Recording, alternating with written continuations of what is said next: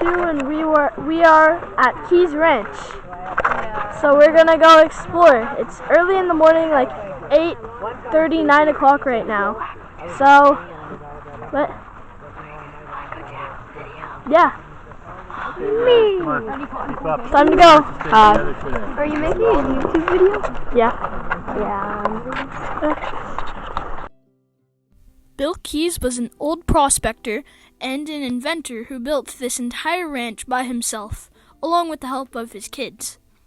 Since he was an inventor, he never threw anything away, so he has a bunch of stuff lying around. All this was built by him, which is pretty amazing. Bill Keys acquired all this land by using the Homestead Act, which is an act that gave anyone 160 acres of federal land that was given to them at a low cost. He's good at editing, kind of. This is Keys Ranch. I think. Yeah, we think. It might not be. But it's part of it for sure. Pretty sure Keys Ranch is like Ranch. way It looks really old. Yeah. Fences and stuff. Yeah, it must have taken a lot of building and work for all this, especially without building tools. Yeah. It looks like it was just alone. I think so. It looks like he just took a bunch of pieces of wood and pulled them together with metal wires. Yeah. One of Bill Keys' kids died here at this mill. He was working on taking stuff out from there, and I think something happened where it dropped and he got hurt somehow, and then he died 4 days later, which is pretty sad. This brick here is probably the oldest brick I have ever seen.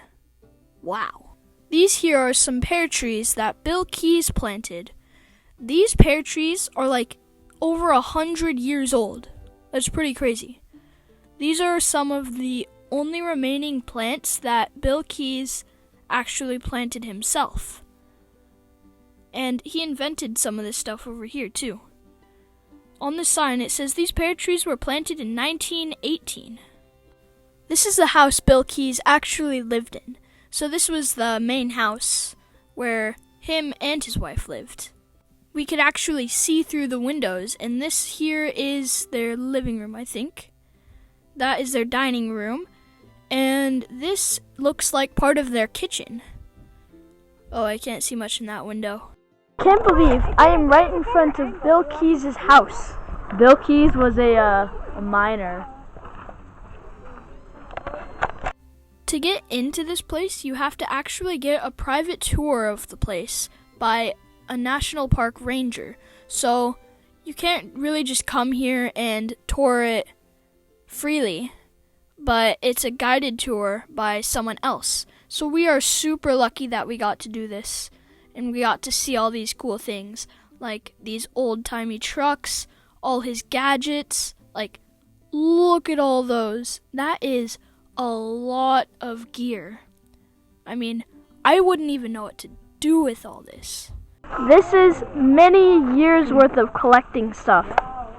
Lots of scrappy, can be used for a lot of things actually. Yeah, these could probably be used for trucks and stuff. It's probably where they came from. You could probably take a forge and turn it into a knife or something. Yeah. Then there's a box of nails here.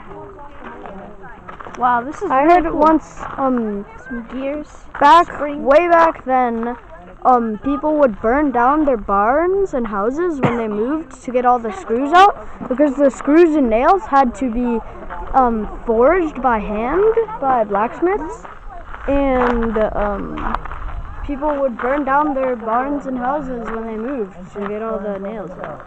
They were probably pretty expensive. Yeah.